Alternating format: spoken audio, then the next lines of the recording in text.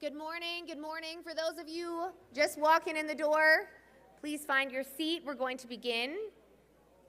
Thank you so much for joining us for day number 2 on this very wet and rainy morning. I want to remind you that today is our Big Stars 50/50 Air Ambulance Pot. I checked this morning when I got in. Each draw is worth so far $1,100, so I sure hope we can continue to grow that. Before noon, they're going to stop sales of the 50/50 at noon today. So as soon as you get out of your educational breakout session, grab one more round of 50/50 tickets. We'll announce that this afternoon around 2:30, 2:45. I do want to remind you, you have to be in the room to win the pot. All right, let's welcome this morning Scott Cruikshank with the Ministry of Justice. Scott has been there before, and we've had him here before, so we're excited to have him back again. Scott works with the Dispute Resolution Office with the Ministry of Justice and helps people and organizations have difficult conversations in uncomfortable situations and develops strategies to assist them in reaching agreements or understanding. Scott has a lot of experience, 22 years of experience in the community and government as a mediator, trainer, facilitator, coach, and dispute resolution consultant. It's my pleasure this morning to welcome Scott. Scott. Do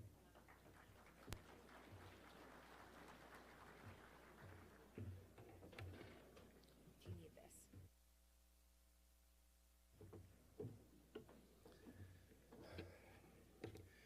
Good morning. As you've heard, my name is Scott Cruikshank. I have been doing a lot of training lately, which is often facilitated and not a presentation, so I'm used to interacting with you. And seeing all your faces but not being able to get to know you is part of the challenge. Plus, it also wears out my voice, as you can hear that it's getting a little worn out. I've been grateful to be able to come and share some thoughts with you. We do a 3-day training, shameless plug, for conflict resolution that runs usually about 3 days. We have advanced training, and every time I'm asked to take the idea of trying to resolve conflict and shrink it down and shrink it down and shrink it down, it always becomes a real challenge because conflict is not something that is a simple formula or a simple one-trick thing to make everything better.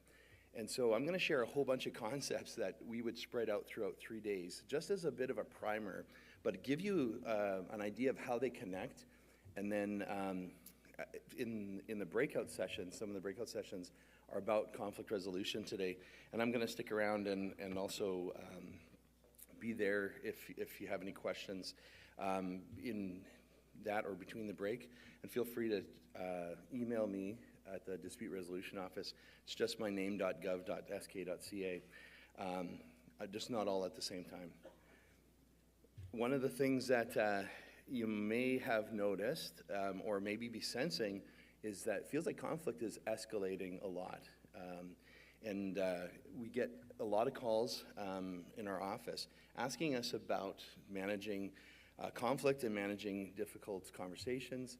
And it seems to be on the rise, and you're probably not wrong. I did a little quick search just to see what kind of research is out there, and people are saying it is on the rise.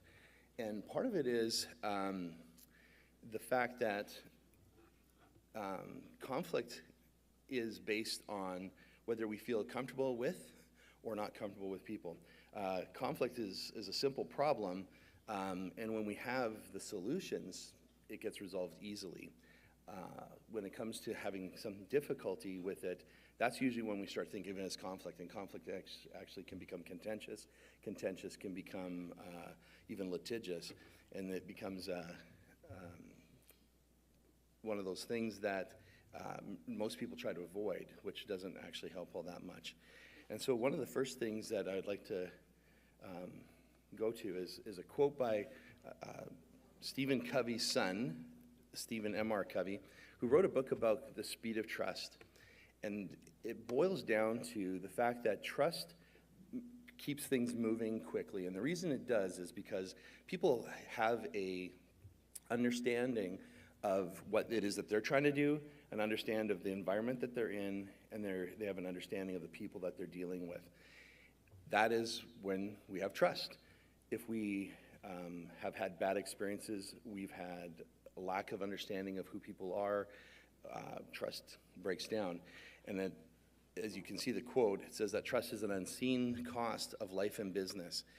The very beginning of this is that things move quickly, which is really important when you're leaders in the community, to have and establish confidence and have confidence established in you. And there's lots of reasons why that is falling apart in our communities. And so people have a difficult time and often come to us already escalated. And so one of the things that I want to share is the fact that escalation has a natural way of forming, and it will go a natural way if we are not aware of ourselves in that conflict and what we may be doing to contribute to it, and what's going on and what's the interest of the people that we're interacting with. And it simply starts like this. Most days we have challenges to solve, and we usually start by cooperating or trying to cooperate. We ask some questions, we get into it, and very quickly we're either establishing that it is going in the right direction, we have confidence that it's the right thing and that people have considered our interest in the discussion, or they have not. We're wired, neuroscience is finding out that we're wired for basically two things when it comes to our quick response system in our brains. It is either to connect or to protect. And so if you think about that, you're either feeling really comfortable where you are, or you're feeling a little uncomfortable where you are. And that discomfort can become really uncomfortable, and it drives some very interesting things in us naturally. And you can see that when we stay at cooperation, we're not escalating, we're not getting sucked into the tornado. We're managing the problems, we're managing the issues, and they don't feel like conflict. We don't realize that there are many interests coming at play, and that they are working themselves out. They're just working themselves out. And sometimes when we're good at that and we've got good people around us, we don't necessarily notice that until there is a diverse thought, something that is maybe overlooked at times, that can lead us to not feeling that comfort for whatever reason, what people say, do, and all of a sudden we can shift to what's called competition. And that competition is very subtle. We often have the same information that we want to share. We often have the same rationale for our thinking. It's just that we deliver it differently.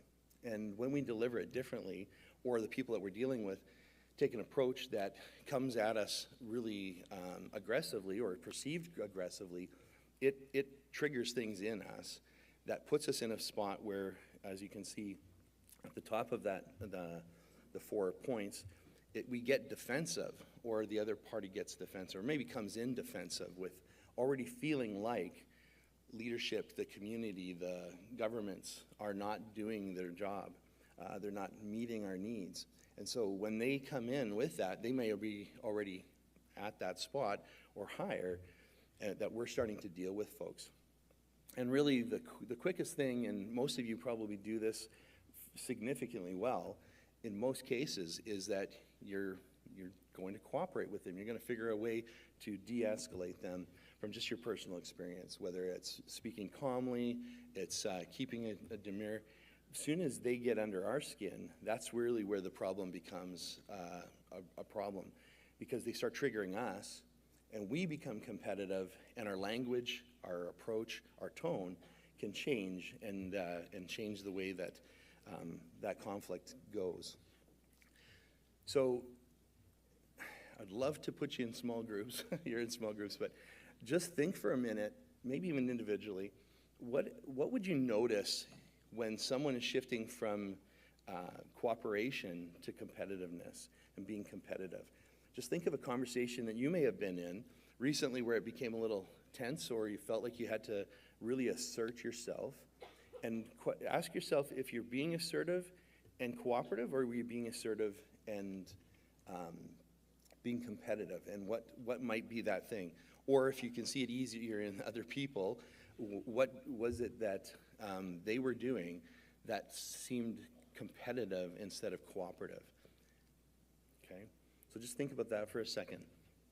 Because what that does for us is that we start perceiving, or they will perceive, that things are either working well or there's a threat. And whether there's a threat, that's okay if we stay conscious about it. We can still figure out how to protect ourselves and our interests and still manage conversation without trying to keep it escalating. If it escalates and goes the natural route, I respond or you respond or the other person responds in a negative way, there's the physiological things that happen, and we just shift to language that now is competitive. We start maybe wagging fingers.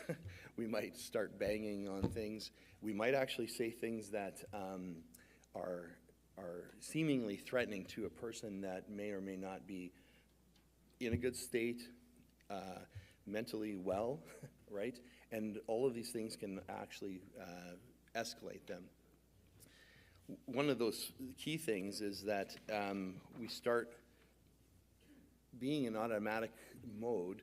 We stop thinking in terms of what is it that's really important to them, and we actually just start reacting to what they're saying. And usually what people are saying, especially if they're escalated, is a solution or a statement that is provocative, and that's what we're usually triggered by. And so being able to recognize that they are taking a stance that is competitive will allow us to stop and think about what they might actually be after. What is it that's behind the statement that they're making? If we don't, we might fall into that next category where it says assume deliberate action. We might be thinking that there's things that they're doing that they're intentionally thinking about, or they might be thinking about us. And that becomes a real problem because it doesn't stop there. People get defensive. Once we become defensive, we actually take a spot where things are positional as well. And positional means that you hunker down and defend your belief or your position or your thinking, and you defend it. So you might pull out the same rationale that you would use if you're in a good communication and cooperation, but you're using it now to win, not to establish some understanding or to be able to figure out what options you have. It becomes about trying to prove right or wrong. And that is fine if we know what the rules are and we know who we're dealing with, and we can maintain our composure and they can maintain their composure. If not, we're going to actually likely escalate it. If things can't be resolved between two people, they often go looking for support. And that support can be some form of power that they might think that they have. It could be a complaint process that's built into policy or legislation. It could be going to rally some troops when it comes to groups and divisions of people. But they're looking for support. And usually the reason that people look for support, I'm going to err on the most respectful interpretation of why they do. It's because they're not being heard or understood by the people that they would hope that they would be at least understood by. Doesn't mean that we agree with people when we understand them. It just means we understand what they're thinking, why they're thinking, and what they're thinking about. But when we get to a spot where we question that or don't feel heard, we or someone else, we will look for support. We need to go debrief, and usually our debrief changes the way that we talk about things. We start attributing motives that we don't know. We might guess at them because of the behavior of people, but we might attribute motives. And this is, again, either us or it's other people. But I'll talk about us in our first person, just because it's the thing that we can do and have control over. When we attribute motives and they're not accurate, people are going to agree with us and potentially side with us and not give us the critical thinking that we might need to actually figure out how to still work with a difficult person or a difficult situation. Relying on those assumptions means that we're going to start making decisions and move things in the order to continue to win, and that's just a natural process. And what ends up happening is it becomes a groupthink because it shifts from being what I need, it becomes a group issue. Because if I'm talking to my people, I'm going to tell the story from my point of view, and it's going to highlight the things that are important. And the thing that I personally need may not resonate with you. So I might tell you in a more sort of concept that's going to make sense to everybody. It's going to be kind of actually become more moralistic. When people become really escalated, this last section, people's beliefs feed their observations, and this is where people can be very difficult to deal with. And what I would suggest is, if people are making statements, there's all or nothing sort of approaches to what they're saying, things are black and white, there's a really good chance that they're in this high section where there's really nothing that you can say or do that's not going to be twisted because of the lack of trust and the belief that's been formed that's actually going to make real headway. So trying to assert information at this time is not going to be very valuable to you or them. It'll be a kind of a waste of time. At this stage, what the best thing to do is to really have either somebody, especially if they can't trust us, to have a discussion about something that will help them clarify their thinking. Because as you notice, it's not that their observation comes to a conclusion, it's that their beliefs now start feeding their observation. And here's an example. If you have a colleague that brings coffee every day, it brings the right coffee for you think, what a great person that is, right? They know me, they're thinking about me. But if I have a bad thought about them or think that their motives are bad, all of a sudden, they're trying to manipulate me. And it's the same action. And so the actions are almost irrelevant when it comes to making good decisions. We make good assumptions about people all the time, which we might not be. Maybe we think they are being good and they're not. But that's that belief and observation. People can become very escalated, and it's because of what they now believe. And they may come into your office or give you a call or enter into conflict with having a belief already kind of set that what you say or do makes very little difference to what they're going to change. They need to be heard first, they need to de-escalate, and they need to be able to understand their own thinking well enough to be able to share it. And we don't have enough time in half an hour to teach you all those kind of things, but again, unchecked, it becomes moralistic. Instead of being about a problem to solve, it becomes about a value to protect. And that value to protect is what we see a lot actually in the community at large or on social media lately, is people talking about values. And it's because people feel their values are at risk. And so those moralistic things or topics are very vague and wide, and they're very difficult because they're not necessarily drilled down to what it is that we need to problem solve. And so but it also becomes easy to champion people behind you when you're talking about something moralistic or valuable. Things get worse. We depersonalize and stereotype people that we're in. And the reality is we will do our best until we get to a spot where I just don't know what to do. I don't have the skill set. I don't have the experience that's working in this situation. So I'm now going to potentially just feel frustrated. And when I feel frustrated, most people, we will see this over and over again, start to blame. And what we do in blaming is we attribute problems to the person that is in front of us. We might blame ourselves. Not bad to look at ourselves, but not good to blame ourselves. Or we blame some third party. And when we do that, we do a simple thing like just dismiss them. These kind of people you can't work with. And sometimes people are very difficult to work with. I'm not saying that. The reality is that there is ways to work with most people and things that do work. But if we don't know enough about them, we don't know the things that are motivating them, we won't be able to do much good there. So people get escalated. They stereotype. They dismiss people, and it's because it's much easier to harm reputations, potentially even physically, if people see each other as a generalized version of something. They're a difficult person. They're those people, those kind of people, and it becomes easy to do that. And it usually collapses at the very end, mutual self-destruction. So hopefully you see where this can go if it's unchecked. At any stage of this, savvy people will say, wait a second, this is not working. I'm getting too escalated. This is going in a direction. I need to back away from that.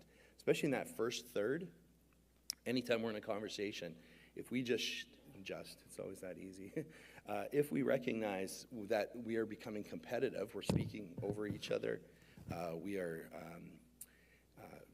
escalating our voice, our thinking, we're doing things that are competitive. We're shutting things down, we're making statements instead of asking questions. That's what we can do, is just shift from the competitive defense to working at figuring out how to be cooperative. That takes us recognizing where we are and wanting to figure out how to calm ourselves. And realistically, when we do that, some people might think, okay, I'm backing away, I'm being soft on the problem. Well, here my thing is that I'm not sure that we understand the problem if we're just backing, if we're continuing to compete instead of actually engaging in the conversation. Being curious isn't good just for us. It actually is a really good tool for de-escalating people. When they have been looking for support, right, they're escalating, they're looking for support, one of the best things is work at trying to give them some support. To say, I need to understand you. I don't have to agree with you, but I do want to understand where you're coming from. Good listening, active listening, reframing, all of the skills that you probably have worked on to some degree. Just know we can keep working on them. All of those things that we don't want to do when we're competing will actually allow someone to de-escalate enough to be able to hear us through. And I'll tell you a short story. True story, I tell lots of true stories because I learned from my bad experiences, and so this is one of them. Doing a presentation downtown in the Bank of Canada building. And there's a parking lot behind it, and behind that parking lot, I was told that if I come and do this workshop with this organization, I could park in lot or space 10. As I came into the parking lot, saw space 10, went into it, and went up and did the training. It was for a bunch of youth that are newcomers to the community. And as I was going there, I had asked the presenter or the organizers, if I could bring my son. He was 14 at the time, and I thought this would be good for him to see what Dad does, and also start learning some of these conflict skills, and see how it works out. And hopefully that he would change his way he operates with his brothers, which it has helped over the years. So I have him with me all day. We come out, it's minus 40. The reason he could come with me, by the way, was it was during the Christmas break for school. So I'm training all day about how to resolve conflict. We come down, we're starting to put our stuff in the car, and a truck comes behind me, and the guy rolls down the window, hopefully he's not here, and says to me, I hope you don't plan on going anywhere. I've called the tow truck. You're getting your car towed. So already escalated, coming at me. What do you think's going on for me? Yeah. And so immediately, my blood pressure goes up. I'm wondering, I'm so confused. And he's taking an affront at me, so I'm going to naturally respond by being competitive, or want to be competitive. Partly the fact that my son was there gave me a few seconds just to pause and think of what else I could say. And so I started asking questions. And then, because I tried to tell him, first off, that I was told I could park there, right? That's the competitive thing. You can't park here, you're going to get towed. I was told to park here. I'm trying to win and show that I'm right. And he just insists that I'm not. He tells me that I'm parked in some lawyer's space downtown, that he pays a big amount of money for that spot. And now, that he had to go park somewhere else, and he's very angry, and so they're going to get me towed. And as I'm sitting there thinking and racing through my mind, I'm thinking, if my car gets towed, it's minus 40, I got to take the bus with my son with all my equipment. This is not going to be very fun. So there's lots of stuff that's going on that I need to defend, and yet I try to keep myself calm and keep asking questions. As I calm myself and start asking him questions about this, he calms down too. He's not as agitated. He realizes I'm not going to give him a fight, so he can now communicate with me. And there's a couple things I found out.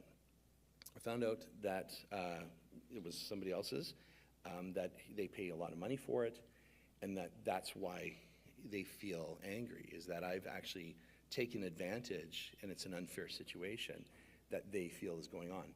So I, at that point, say, that makes sense. I can understand if that's the case. I'm confused because I was told I can be here. Well, who told you you could take that parking spot? Well, I told them, well, they have no right to tell you that. But as I'm calm, my mind opens up again, and I start seeing past his shoulder against the building. There is numbers of stalls, and there's 9, 10, 11, 12, right across from where I parked. And so then I asked him, can I ask you a question about the stall numbers? I said, that stall behind you is also a number 10. And he looked around. Oh, well, that's a different property. The easement starts here, which, you know, and anybody that doesn't own that property wouldn't know that. And they started the numbers again, just across the alley, which is really bizarre. And so I realized, number one, that there was a mistake I made. I made the assumption that 10 that I pulled into was the 10 I was told to pull into. And I wasn't given any instruction, clarity on which one I was supposed to pull into. So as soon as I drew his attention to that, his demeanor changed considerably. And then, because I recognized that there's something that I can own, I apologized. I apologized about what I did wrong. I didn't apologize for things or try to placate him or any of that kind of stuff. I just talked about the fact that my intention wasn't to make this unfair. This is the information I had, and this is what I did. Now I'm in a spot where we got to figure out what to do. And when we have a good communication to the point where we understand that we have all the information now, it's much easier to make the decision. Sometimes making that decision, by the way, is recognizing that something is just not intended and that someone has to give. I gave by giving up my position of being right and saying, I guess I'm wrong. Don't want to be towed. So he says, give me a second. He rolls up his window and he gets on the phone. And I don't know if he was talking to the lawyer or who he was talking to, but he called off the tow truck and said, listen, I know this is a mistake. I called off the tow truck. And so I said, well, is there anything I can do to help this lawyer that I've kind of put out? And he said, no, he's fine. And really, people can go from pretty escalated to, you know, acceptance when we are engaging in a way that keeps them feeling respected. There's something unfair about, or when people perceive that there's something unfair, that's when they escalate. At the end of this, the guy said, I said, thank you so much. He said, no problem, Merry Christmas. So in 15 minutes, he went from towing me, maybe getting into a fight. I was completely embarrassed, and my blood was pumping, to having him wish me a Merry Christmas. And the reason I share that is that it's not going to solve all of our problems, by the way. But the pattern is correct. The pattern is if we recognize that it's escalating and going naturally. Like I could have said, listen here, buddy, I was told I'm supposed to be a number 10, and if I think I'm right, and I start defending that without thinking of anything more, this could go pretty bad, really bad. And it didn't because of recognizing where we were.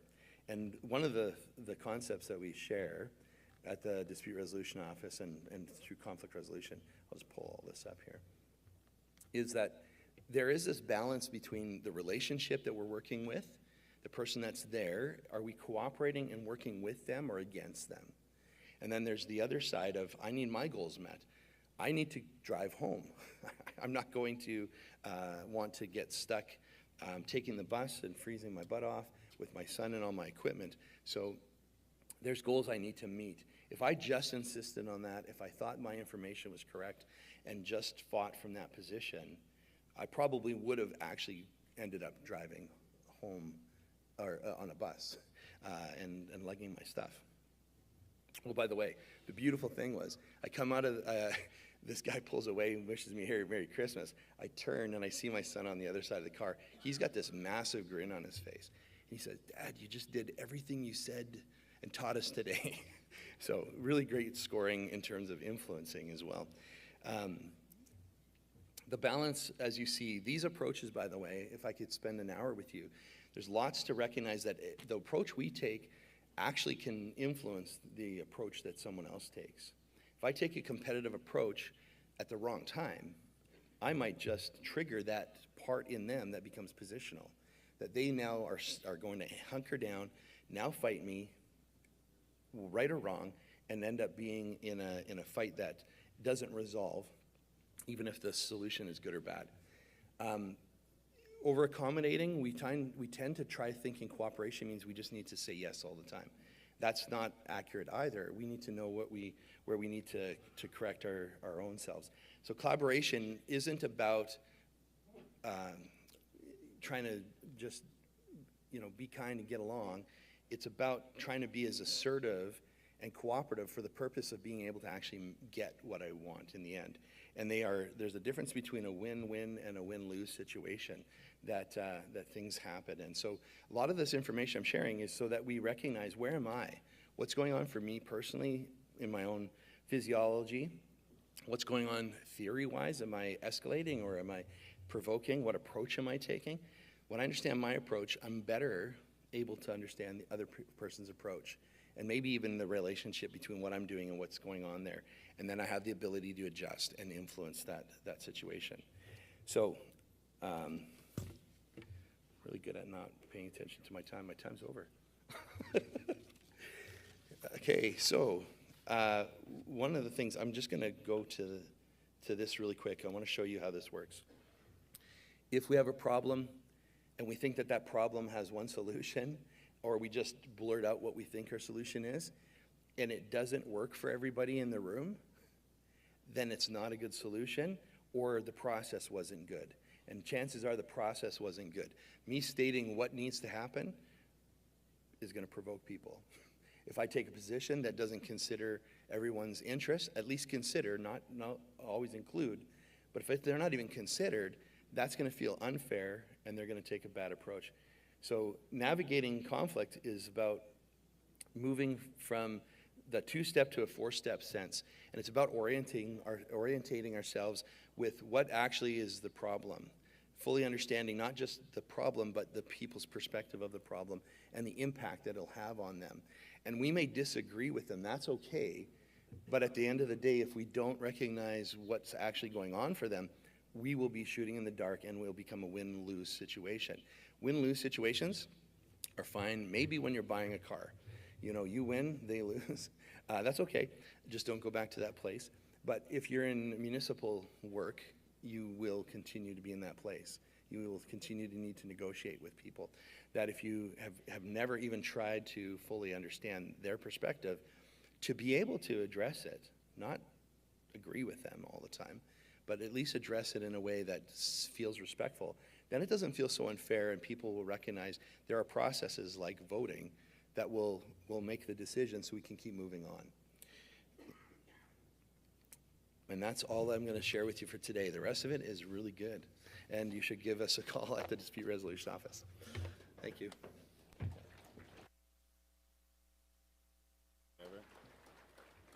Yeah, I just want to thank you again, Scott, for your presentation. It was very good. One of the original reeves of the RM of Excelsior was a Cruikshank. Are you related? I don't know. Probably my grandfather's brothers. There's a little lake just north of us, the Cruikshank Lake, so you can come for a visit sometime. I will. So Fishing thank you. And not to start any conflicts, Bill and Randy and Laurel had to leave to a different meeting about orphan wells, so they apologize that they left, and so we don't have any conflict. We just want to stop that. Good. Glad I didn't offend them. Okay, thank you. Rusty, do you want to come up and instruct the people? Thanks again. Thank you so much. All right, we're going to continue on. What we have right now is our educational breakout sessions. So please take a look at the screens. You're going to choose once again today 2 out of 4 sessions to attend. Breakout sessions will run from now. You have a quick coffee break and then head to your meeting room. And you'll have 2 to choose from. and you'll be back here for lunch. Again, you have to have a sticker to have lunch. So we'll see you back here around 12 o'clock for lunch. So 2 meetings back to back, and then we'll see you here for lunch. Our programming begins right away at 1 p.m. Thank you. Hello and welcome. Good afternoon. Let's give the staff a round of applause. Really great lunch once again. Thank you. We're gearing up for our final afternoon of our midterm convention, featuring our division meetings and a stop from our friends over at Star Air Ambulance. And so you need to stick around to win that big 50-50 pot. Remember, 2 rounds of 50-50 we'll give away before 3 o'clock this afternoon. I would like to begin with Samir Thacker on the future of so many things, pest control services that will be offered to RRM. Samir has been a proven leader in the pest management industry as the operations manager for EcoPest, a leading pest control service and product supply company in Canada. Samir is currently the president of the Canadian Pest Management Association, a group that promotes good pest management practices and education for all of its members, which includes municipalities, or PCOs from province of Saskatchewan. Samir has a degree in engineering and has over 2 decades of experience in the pest management industry. Please give Samir a warm welcome. Do you need this? Good afternoon. Wow, tough. So thank you for having me here this afternoon. It's been my pleasure to be here. As introduced, my name is Samir, and I am the operations lead at EcoPest, a leading company here for pest control services as well as manufacturing. And I want to stand here and appreciate the long-standing relationship we've had with SARM and its members around products. I am also the president of the Canadian Pest Management Association, which is why I would like to also share some perspective on the future of rodenticides and the work that we do as the Canadian Pest Management Association, working with different levels of government on certain items that perhaps would be of interest to this group today. So in the work that we do as the Canadian Pest Management Association, we work with the federal government, municipal governments, provincial governments, depending on the situation and what we're working on, to just look at how do we become the voice of the individuals that service the pest control industry. So individuals like yourselves, perhaps, in different ways, because you guys represent the municipalities, perhaps your PCOs that come to our conventions and our events, and they tell us some of the challenges that they face with products. Perhaps it could be not just pesticides, insecticides, it could be various other products that we look at. We also promote our industry. We go to these sessions like today, in a number of other sessions to speak about the industry and the criticality of the pest control industry. And I can assure you, if I were to ask you all, you would probably all agree why this particular industry is extremely critical in structural pest management, in agriculture pest management, in a number of other things that we continue to do every day. We also host a number of events, and so that's why we're here. So what I'd like to do is show you this video. Good evening, your services. How can I help you? Hello. Yes, sir. Excuse me. Actually, my English is not good. Okay. But you know Tom and Jerry? Yes, the cartoon. Yeah. Jerry is here in my room. I'm sorry. Jerry is here in my room. You have a mouse in the room. Yeah. Please come here, and when you come here, bring Tom with you. We don't have Tom in the hotel. Okay. Come, please. So in case you're wondering why I showed that video, of course, is to make you laugh a little bit after lunch. But also, if you looked at that video, when I have smaller crowds, we kind of discuss why this is important in the pest management context, right? In a lot of the work we do, and when you're talking about the future of rodenticides and why. And so if I flip to the next slide, you know, this person talked about language. He talked about Tom. He talked about Jerry. He found a way to communicate to somebody over the phone to say, I'm talking about a mouse, right? That person's like, oh, you're talking about Jerry? So communication, education, ability to be able to be in spaces where we come together to discuss what the issue is and why we have this issue, that is pest management from a future perspective as well. And not just that. So some factors that I wanted to speak about that are affecting the work we do in everything we do every day in pest management. Number one is human development. I always say this, that we live in the pest world, they don't live in our world.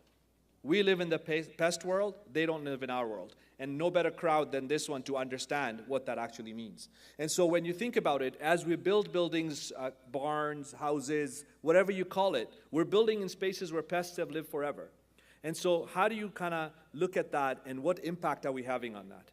Secondly, globalization and human movement. People are moving, goods are moving, we bring in things from all over the place, we send things to everywhere. And so that basically transfers pest. Climate change, right? We're in the middle of almost November. It's like, what, +5 in Regina today.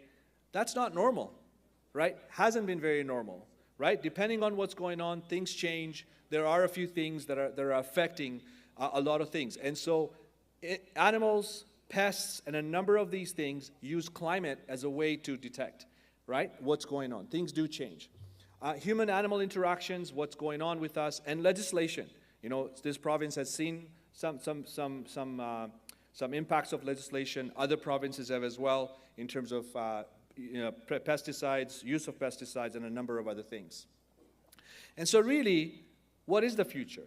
The future really is about integrated rodent management. And if you look at what's on your screen there, in my definition, we look at three kind of pillars or three kind of legs of a stool for integrated rodent management. One is education, which is why we're here.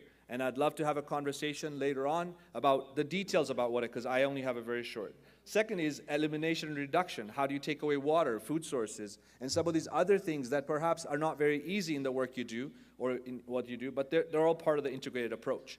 And really the last one is control, which is basically what I'm here to speak about a little bit today. So let's talk about the control side of it, particularly around chemical control. So rodenticides is what we use, and which is what you guys have used a lot of times. These are anything from warfarin to a number of these things that you use to control different pests, house mites, doorway rats, roof rats, voles, moles, poke gophers, ground squirrels, you name it. And so they come, for some of you here, they come in different ways, tracking powders, fumigants, baits, different formats in how they come. And essentially, they're grouped as non-anticoagulant and anticoagulants. And for those that maybe don't know what that actually means, the difference between the two is that the anticoagulants basically create blood clotting and death in the rodents, okay? So the non-anticoagulants, zinc phosphide, some of these are non-anticoagulants that are more products. And so really, the anticoagulant products that I talked about are also first generation and second generation. And there's different kinds. You might have used warfarin products that are first generation, and then you have other ones that are more like the contract block or some of the other ones that you buy and use in the work that you do and your PCOs do for you or yourselves at your home are second generation. So what is the concern and what is the future? Really, the concern is that a number of the second generation rodenticides are highly toxic to non-target animals, right?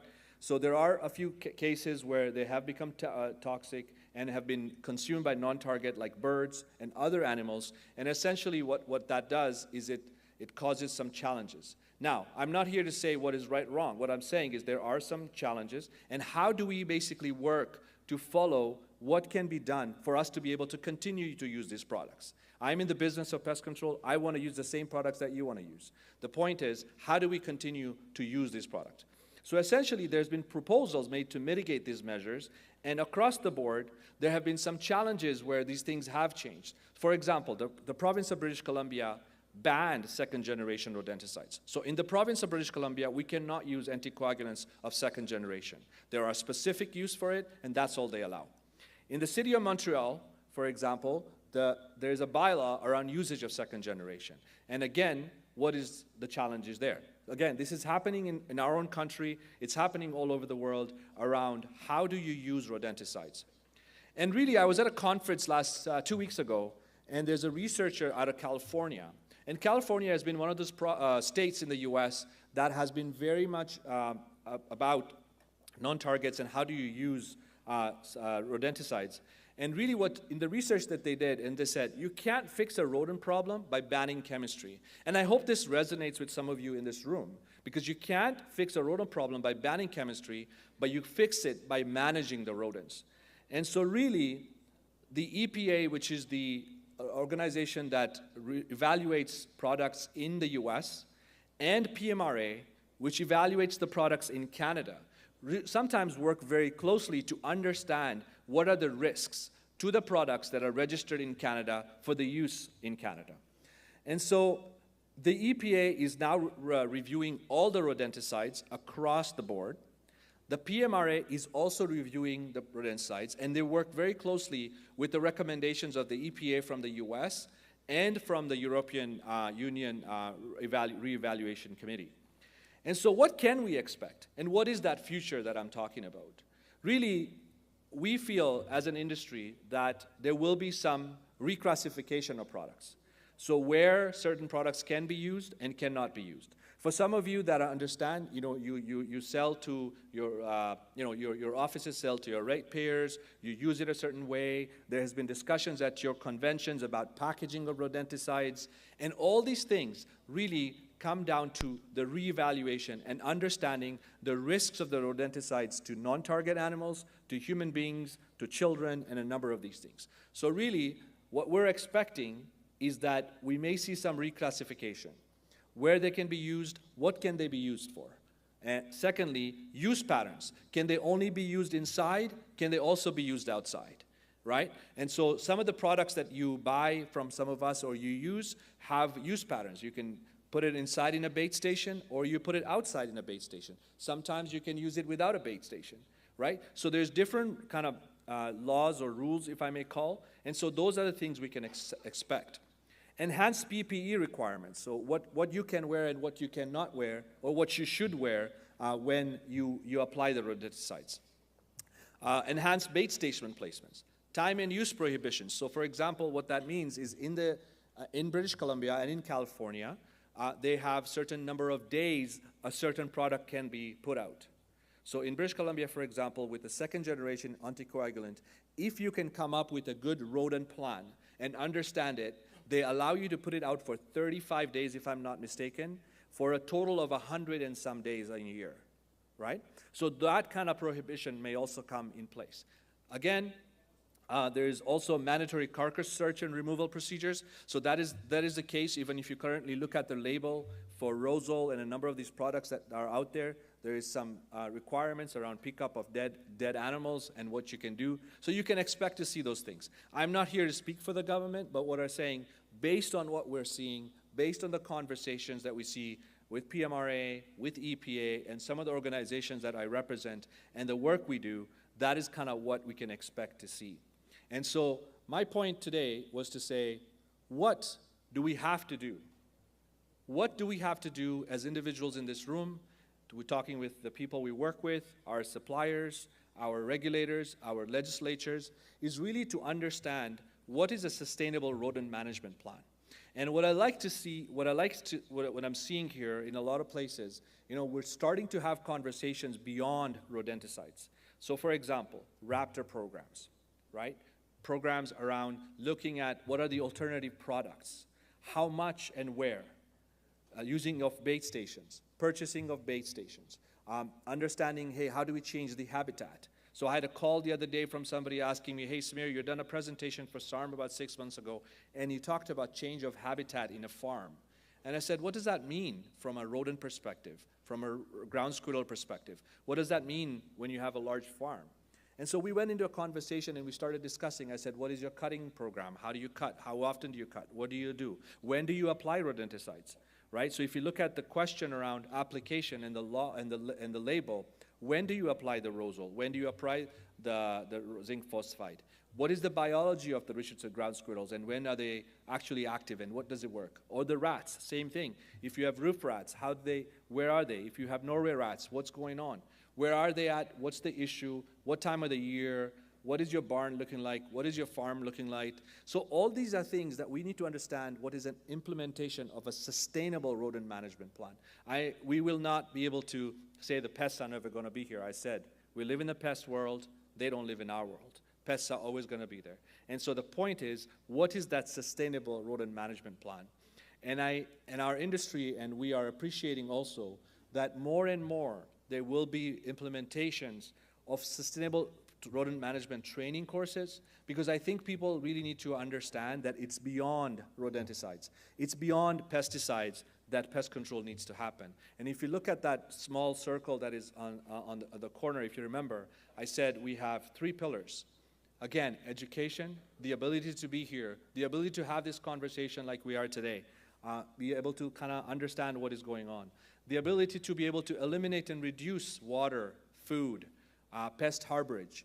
Why are they here? What can we do about that? And secondly, then use control measures, which is including chemical, non-chemical control measures, and also preventative measures. You know, we have places where we say, well, we are having a rat issue, but then we don't do anything to prevent the rat issues. So with that, I want to thank you for allowing me to spend 15 minutes of your afternoon with you. And if I can leave you with a message, if there's any living species to inherit the earth, it will not be mankind. Thank you, and have a great afternoon.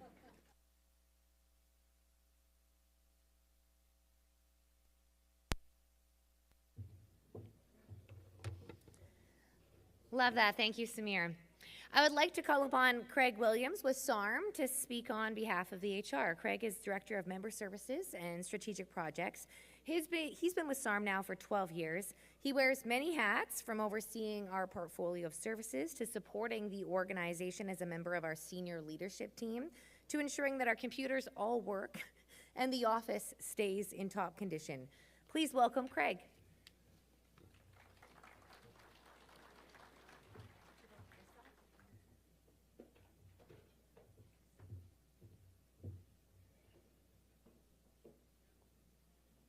Good afternoon, everyone.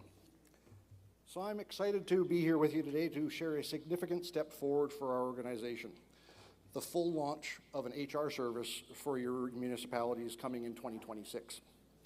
This initiative is the result of years of feedback from you, our members, and a successful pilot we ran earlier this year. Today, I'll walk you through quickly how it came together and what to expect in the weeks and months ahead. Over the past several years, RMs have been very clear with us. We need access to qualified, affordable HR support, and that is a really growing need year over year. Municipalities are navigating increasingly complex employment laws, recruitment challenges, and workplace culture issues, often without in-house HR experience. You told us you wanted something practical, not just a vendor directory, but a shared service model, not unlike some of our other services, that truly understands the realities of the rural municipality operating environment. That's the gap this program intends to fill, providing professional HR support designed by and for rural municipalities. So we launched a pilot. We had an opportunity to launch a pilot in January of this year. We launched it in Divisions 2 and 5. The goal was simple: test our delivery approach, measure usage, and adjust based on real-world operating conditions. And feedback. During the pilot, we focused on 4 main areas: policy development and review, HR advisory and employee relations supports, recruitment assistance, and development of HR templates and guidelines. The pilot ran really smoothly, and the engagement level surpassed our expectations. A few key takeaways stood out. First off, engagement was very high. Participation was strong across both divisions, showing widespread demand. Second, the most common requests revolved around HR policies, performance management, and recruitment. Third, and perhaps most importantly, the pilot showed us that the model of a centralized yet flexible service can meet the diverse needs of municipalities across the province. With that proven, it was time to expand this offering to all of our members. So what's coming next? The goal is in January of 2026 to roll out an HR service to every RM in Saskatchewan. Our goals are straightforward: ensure all councils and administrators have consistent access to HR expertise, to provide extra capacity so that municipal leaders can focus on governance and operations, and to partner with service providers who really understand the RM environment and to do so at competitive rates. This is about capacity building at the local level, strengthening governance so that through better people management. Now, we're currently in the middle of an RFP process to select one or more providers across the province. Our evaluation criteria is focusing on experience in municipal or public sector operations here in Saskatchewan, the breadth of a provider's HR expertise, their ability to provide support through multiple channels, by which I mean whether that's over the phone, email, Zoom or Teams, or in-person visits as you need them. We plan to finalize the selection of our vendor or vendors by early December to line up perfectly for a January service launch. We're striving for simplicity for how our members access and pay for this service. We've got a very proven model that you're already used to, where billing runs through SARM. We intend to do that so that you're familiar with it for other processes. You'll receive invoices directly from us, avoiding the need for separate vendor invoicing. We're still finalizing what the enrollment process for the service will look like, but our goal is clear. Make it simple and seamless as possible for every RM to join and participate in the service. So what can you look for? Well, in the weeks ahead, by mid-December, our goal is to release full program details, including how to sign up, pricing, and key contacts. Keep an eye out for announcements through our emails, through our bulletins, the Rural Sheaf, the Rural Dart, our website, and our social media channels. We truly believe this new HR service will make a difference by providing you with reliable, locally informed HR support for every municipality who wants it. So thank you all for your ongoing support and your input through the process. It's that's helped shape this program. It's built from your feedback, and its success will continue to depend on your engagement. We look forward to working with each and every one of you in the new year, and if you have any questions or suggestions, I encourage you to reach out to me directly. My email's cwilliams@sarm.ca, or my phone number is 761-3726, and it's available right on the SARM website. So thank you very much, everyone.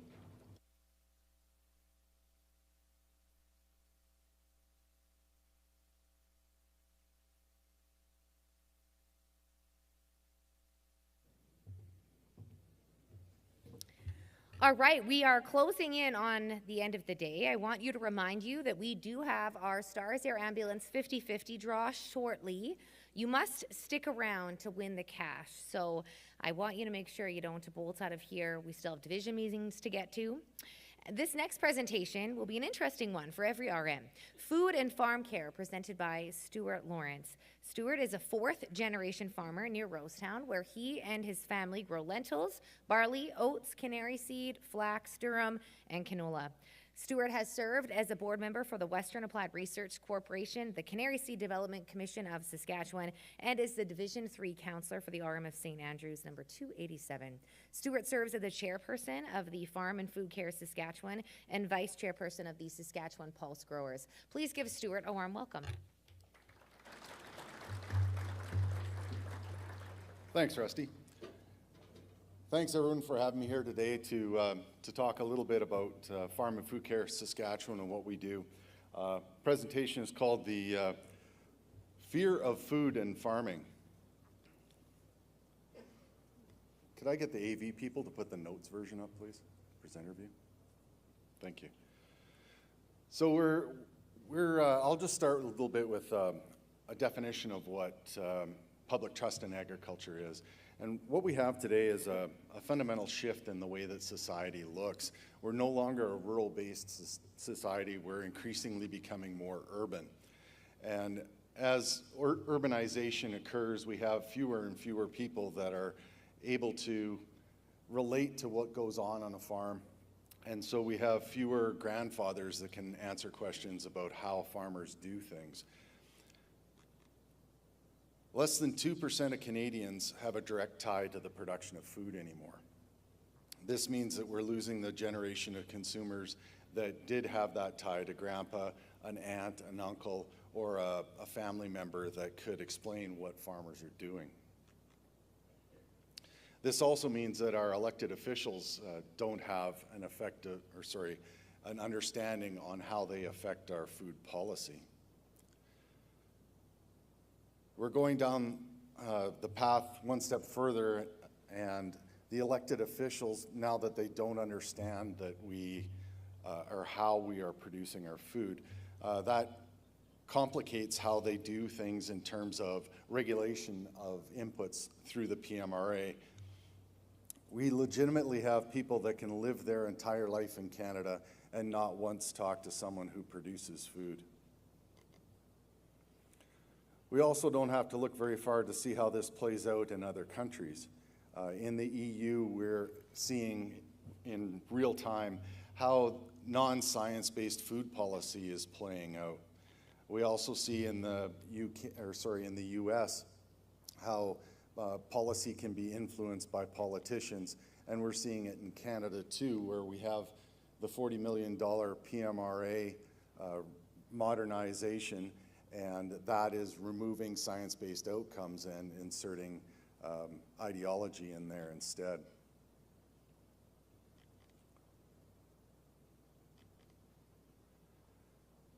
So this is where we come up with, I gotta go back one step, sorry. This is where Farm and Food Care comes in and what we do. So with public trust in agriculture, what our organization does is we provide information to consumers. We're not a lobby group. We engage with consumers in a meaningful way to help them understand how farmers are producing food. Our membership's grown over the years since 2014 and represents every major commodity group in Saskatchewan, as well as 22 RMs currently. I think that might be 23 now. And also a few weeks ago, SARM joined our board as well. We are proactively speaking about what farmers and ranchers do, educating consumers about how we create a trustworthy product for people who are seeking information about food production.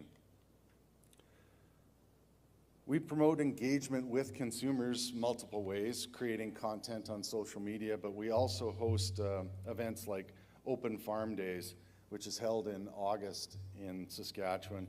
And it's an opportunity for consumers to go out to farms, active farms, and see how people are raising food and food ingredients for them. This year we had over 4,000 residents of Saskatchewan, including the Premier, attend 35 different venues. It's an open, honest, and transparent event that occurs at farms all across the province. The biggest benefit is 4 out of the 5 who took part, 4 to 5 people that take part in Open Farm Days walk away indicating that they have an improved understanding of how food is raised in Saskatchewan. That's a huge benefit to agriculture in general, and we continue this event. We've just announced the dates for 2026, and it'll again be held in August.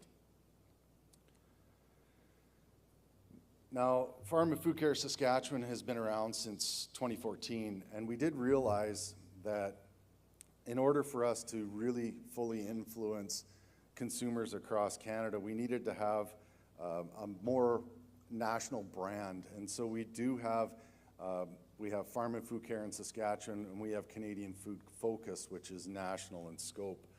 And this came about in 2019. Canadian Food Focus is a website and social media system that provides consumers with multiple levels of engagement from farming and ranching videos, nutritional information to recipes, all focused at considering what consumers are looking for instead of trying to push farmer talk onto consumers that don't understand agriculture. We're meeting consumers where they are at, which creates fundamental change.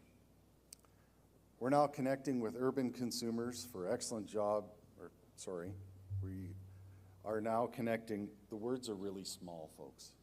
They're really hard to see. We're now connecting with urban consumers for meaningful change. No longer preaching to the converted in Saskatchewan, we do an excellent job of speaking to other farmers and agribusiness people, but they're not the target of Canadian Food Focus. Canadian Food Focus has grown leaps and bounds since 2019 and very much is nationally recognized. People who interact with our material feel more positive about food and farming after they watch our videos, read our articles, or flip through the, scroll please, flip through their content. Canadian Food Focus is a powerful engine of influence that includes engagement, education, and empowerment. Through these lenses, we're reaching out to urban consumers. We are perceived as a credible and trusted resource and have built a collaborative network of influencers and agricultural champions. Canadian Food Focus is in a unique position to share the food and farming story broadly and impactfully. Our stats consistently show that we are exceeding industry standards and benchmarks in terms of engagement rates. Over the last 10 months, we've had 9 million social media engagements, and these are true likes, video views, shares, or interactions with our content. We've had 1.3 million website visits, 5.2 million video views, 75 million impressions, 36 million media exposures.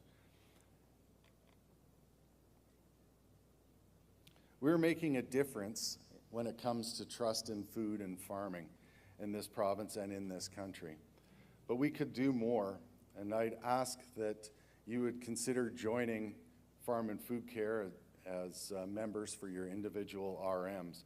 Our budget is about $1.2 million per year to do all that content creation and all the programs that we offer. And if we had a budget greater than $1.2 million, we'd be able to do that much more to create public trust in agriculture. So again, I ask that each of your RMs consider taking out a membership in Farm and Food Care Saskatchewan this winter. We've mailed out packages to every RM. Hopefully you've received them by now. But if you haven't acted upon that yet, here's a QR code that you can scan quickly, and that'll take you to our membership page, and it'll include the benefits that you would receive as being a member of Farm and Food Care Saskatchewan. With that, I thank you for your time. I'll leave it at that. If you have any questions, I'll be around for the remainder of the day. Thank you.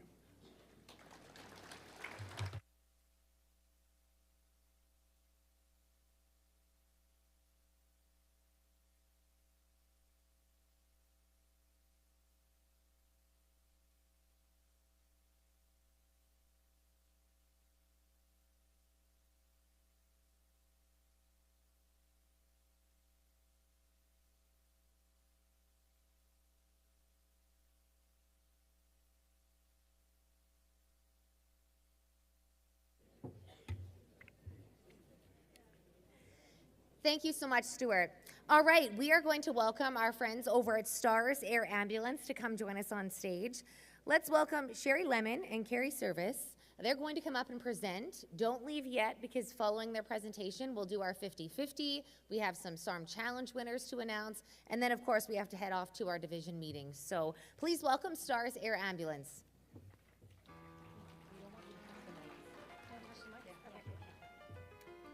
Thank you, Miss Rusty.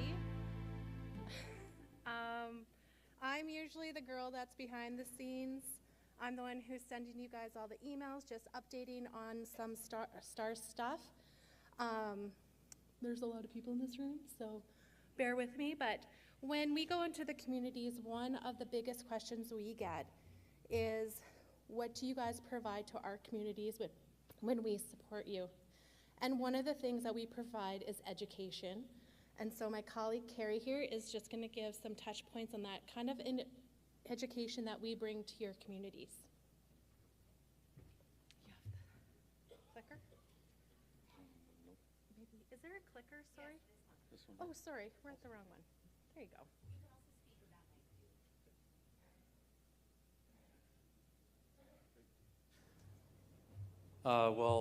Like Sherry said, my name's Carrie. I am a flight paramedic with STARS. I have worked as a paramedic in Saskatchewan for over 30 years, and the last 12 years I've been fortunate enough to work with STARS.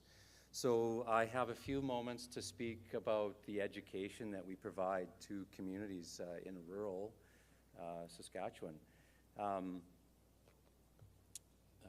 But a lot of people ask about our helicopter. It's obviously a big red thing that gets a lot of attention and people ask some specifics. So I'll share a couple little points about the helicopter.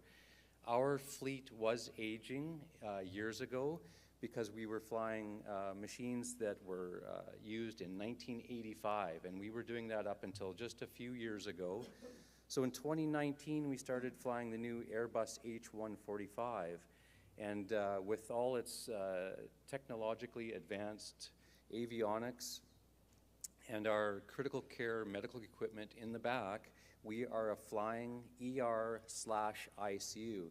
So we usually take the sickest of the sick patients from rural Saskatchewan into Saskatoon or Regina. Our number one location that we transport from the Saskatoon base happens to be the Prince Albert Hospital. So 60% of our trips that we do are actually inter-facilities. And we do that because we're based on a critical care transport team. So instead of taking a physician or an ICU nurse out of a hospital, they'll task us with that to do. This new helicopter, we are on skids, so we can land this machine anywhere. So the other 40% of trips that we do are scene calls generated from the 911 system. So we can land this helicopter, as you see, it's out in the field. We can land in very soft conditions, deep snow out in fields in the winter, or soft conditions in the summer. This machine will travel about 250 kilometers an hour, so we can get there quickly and back, but it's more about the talent and the tools that we carry when we transport someone.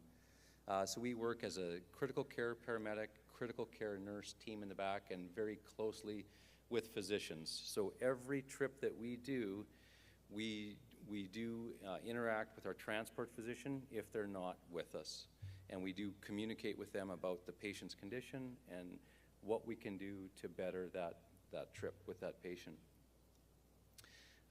Moving on, one of the things that I bring up often when teaching the landing zone sessions is debris. We do task our volunteer fire departments in the province quite heavily with this task to search, find the best landing zone for us that's safe, and then do a walkthrough of that zone, make sure there is no debris. We've had some near misses where we've landed in yards or parking lots and there's tarps or plastic, and that can be a very big issue for helicopters. Fire and medical first responders, we do rely on them in the community. They are helping out paramedics and are well versed in these cases in which they think that the resources of their local ambulance service might be overwhelmed, and they can make a decision. We should get STARS involved on this call. So our pilots then check, is it safe to fly there and back? And they make a determination on safety of flying that machine. And the medical crew will look at the details of that patient that might need us. Is it needed that a critical care team actually respond? So there's a number of variables in every call that comes to us. And fuel caches I'll touch on because it is something for us to be able to travel at 250 kilometers an hour and travel at a range of 550 kilometers prior to requiring refueling. We can easily do that in this province and not get where we're going yet. So we do have fuel caches throughout the province, and in fact, some of our volunteer fire departments carry fuel for us. So they have an enclosed trailer with fuel drums in there, and they might refuel us on a call if we're far from getting back to Saskatoon or Regina. So that's very nice for them to do for us. There are several helipads in communities, and for example, the Swift Current and the Melfort, Lloydminster, Nipawin, and Kerrobert. So a lot of these communities, like Nipawin and Kerrobert, the most recent ones, where those communities saw the need that instead of using that ground ambulance service to pick STARS up at their local airport, shuttle them into the hospital, load them up back out to the airport, and then we can fly back to the cities. they saw the need that we could actually have the helicopter land right at our hospital. So we are using those helipads, and that is saving a tremendous amount of time for those patients that desperately need it. And of course, you know, we are landing at the tertiary care centers, the Royal University Hospital in Saskatoon and the General in Regina here. As far as who we interact with daily and nightly, it's a whole host of individuals. And here's a few people in which we need to communicate with. This isn't the whole list, but this is a great start as far as the first responders, Saskatchewan Air Ambulance with their fixed wing critical care program, and our link center or our dispatch center. So all of these entities we interact with daily and nightly to make sure that we are moving the patients efficiently. And we also have a virtual link option now in which some communities, so physicians, nurses, and paramedics can call in to the STARS dispatch center and request a video link. So it's essentially a FaceTime application that's encrypted, and we are using that now, and it's making a big difference because physicians in Regina or Saskatoon and our transport physician can see these patients over this encrypted app, and we can sometimes talk to that patient and make a better determination as far as, do these patients actually need to be transported to the major centers? And we've seen, you know, the ability to keep these patients in their home hospitals, get the treatment, eyes on the patient by specialists that see a number of these sicker patients daily. And so it's made a big difference. And the treatment care plans prior to critical care staff getting to them makes a big difference for some of those patients. Here is a slide that I share with anybody that'll listen to me about landing zone specifics. So this is something I'll go over with volunteer fire departments, RCMP, whoever's in the community that's willing to step up and look at a landing zone site for our helicopters. I'll cover the wires, the towers, animals, and debris again. So it's actually common. I've been on a flight not long ago where we were landing at nighttime and we could see horses running towards the noise, towards where we were about to land. So we had to abort that landing. So these are things and these stories I bring to the communities, personal experience of you know, actual stories that can make a difference because people in the community can remember that and plan for a better landing zone when we come out. And if anybody here is looking to get more information, we do have myself out of the Saskatoon base, and Chris Fay here is my counterpart out of the Regina base now. And so we go out to the communities free of charge and provide this training because it's important for us to be safe. We want to go home at the end of our shift, and we have found that everybody on the ground has their perspective of the landing zone and can physically walk through it before we come in and potentially enter a dangerous area to land. So this has saved us a number of times, and we look forward to continuing to do that. So please reach out to myself or Chris or get in touch with any of our STARS bases here out of Saskatoon or Regina. Thank you for your time. I'll pass it back to Sherry to finish up.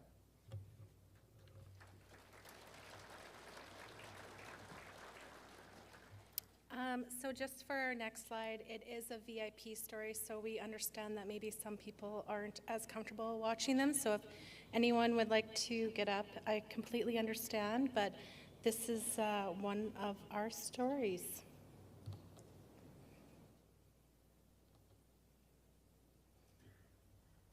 It was a really bad day at work. Joe's Emergency Center, this is Lisa. Who am I speaking with? Hi, I've got a cougar attack at the Nose Mountain Road location. To this day, I'm still not sure what happened first, if I tripped or if it was the cougar that pounced. And Star 5 has accepted for weather. They have been dispatched. Okay, I have a question. Is Josh one of the pilots? Is his girlfriend? Josh Brewster? Yes. Can you let him know? I'd never been on that side of the fence before. This kind of really hit home, like this stuff happens to people. I was working for fisheries management, and we had driven the 2.5-hour drive southwest of town to Nose Mountain. Right now we have a first aider holding on gauze pads on her skull, and now we're trying to figure out transportation. I found myself about 40 meters away from the group, and suddenly, a couple of feet in front of me, a cougar's head just kind of popped out of the bush and was staring at me. The cougar began to approach. I began to step back. The trip and the pounce seemed to happen simultaneously. It bit down on my head, let go, bit down again, this time picking me up completely by my head and just shaking me around like I was a rag doll. ETA for the ambulance is 101 minutes, it says. But Stars will be there faster. I don't think we have 101 minutes. Like, I kept really hoping that Stars could come and pick me up because it was a 2.5-hour drive on good roads, and it had been raining, and the roads could get really terrible. Well, we have a big open field, yeah. They'll have to transport her through the helicopter. Okay, we're going to be there in about 24 minutes. So I've been a captain at Stars for 11 years now, and the first 9 years of that I was in Grand Prairie. I'm looking for Josh Brewster. Can you have him call into the link center? We finished our day shift and passed over everything we could to the night crew and went home for the night. Josh Brewster is gone home. You could probably reach him on his cell phone. You could kind of hear a little kind of shudder in her voice. She told me that Marcy had been attacked by a cougar. I knew whatever was going on that she'd be in good hands. I worked with amazing people, but Josh also works with really amazing, incredible people, and it was Grand Prairie base is just like one big family where everyone looks out for everybody else. The easiest way to describe it there is family, bottom line. I had just finished maintenance on the helicopter that day and had it ready to go. And I know it impacts people in a lot of ways when there's the need for Stars, but in that moment we saw it hit home. We're about 5 minutes back. Do you have a landing zone secured for us? Yes. See on the ground. Off in the distance, I could hear Stars approaching, and it was just kind of this feeling of relief that I'm going to get out of here. One of the nicest things you can ever see is a Stars crew leaning over you, giving you a reassuring smile. Most of the time, the outcomes are wonderful, and we relish on those outcomes that we get to save lives. It's an incredibly important service. Thanks to everyone at Stars, but thanks to everybody in the province that keeps Stars in the sky. Without them, I might not be here in as good a shape.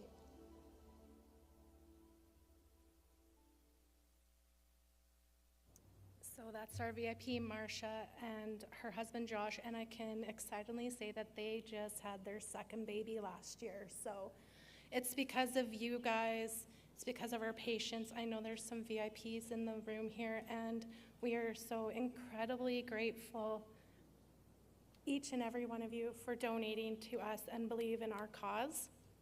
And with that, I am proud to say that Stars has now, or SARM, sorry, has now donated over $5.4 million since 2013.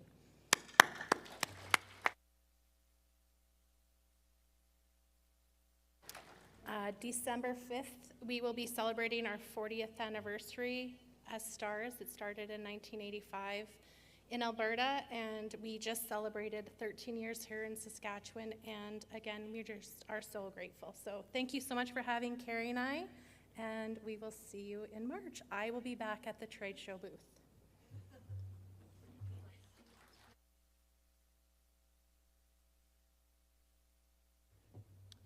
All right, well, she's going to grab the buckets, get a little organized. Everyone can take your 50-50 tickets out. So if you haven't done that, kind of rummage around, and then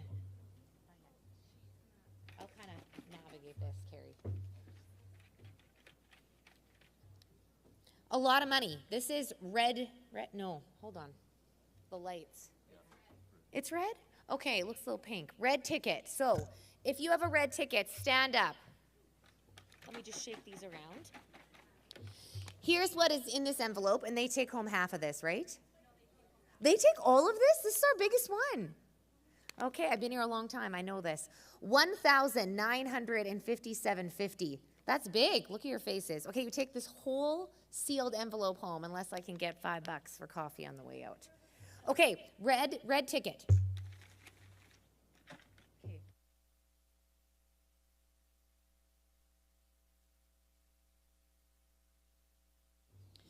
All right, I'm going to say the number, and then as soon as your number doesn't exist on your ticket, you sit down. So I love this knockout.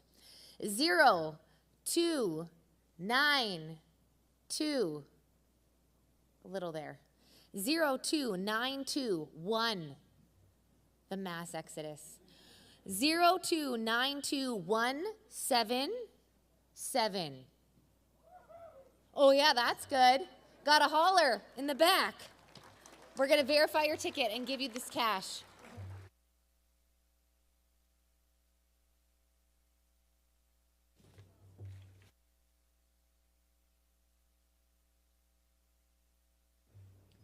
Yellow ticket. If you have a yellow ticket, stand up. This is for $1,915. Good job, a lot of money. $1,915 to ticket number 0412. 04127. Few people standing. 041275. Someone's mad in the front row. 041275. There you go, in the back again. Feels like a little bit of a cattle auction there with that yell. Congratulations. Thank you so much for supporting Stars Air Ambulance. We really appreciate that. A round of applause for Carrie and Sherry. Thank you so much. All right, I do have a few more winners to get to. So here's what happens, the SARM Challenge. Of course, you can access the SARM app, download it, or you can find it through the web. I mentioned that throughout the entire convention. If you haven't done it, do it, because there's always a SARM Challenge at midterm and as well at annual. So the first two to complete it as quickly and efficiently and correctly, the first three, pardon me, are going to win some prizes. Those prizes are located at the convention office just when you walk out the back. Third place, Sonia Butik, RM of Insinger, number 275. Sonia, if you know her, you don't have to be here to win. You just have to know her and grab it on the way out. Number 2, Tammy Franks, RM of Stonehenge, number 73. Congratulations. And first place, Sherilyn Prisiak, RM of Emerald, number 277. Congratulations. So thank you to the SARM Challenge winners. I invite you to take a look at the screen beside me. Those are your division rooms. You will head to your division room now. Maybe you have time for a coffee, quick washroom break. Head to your division room. Division meetings start shortly at 2 p.m. Thank you for joining me. I'll see you back here in March. Enjoy the rest of your afternoon.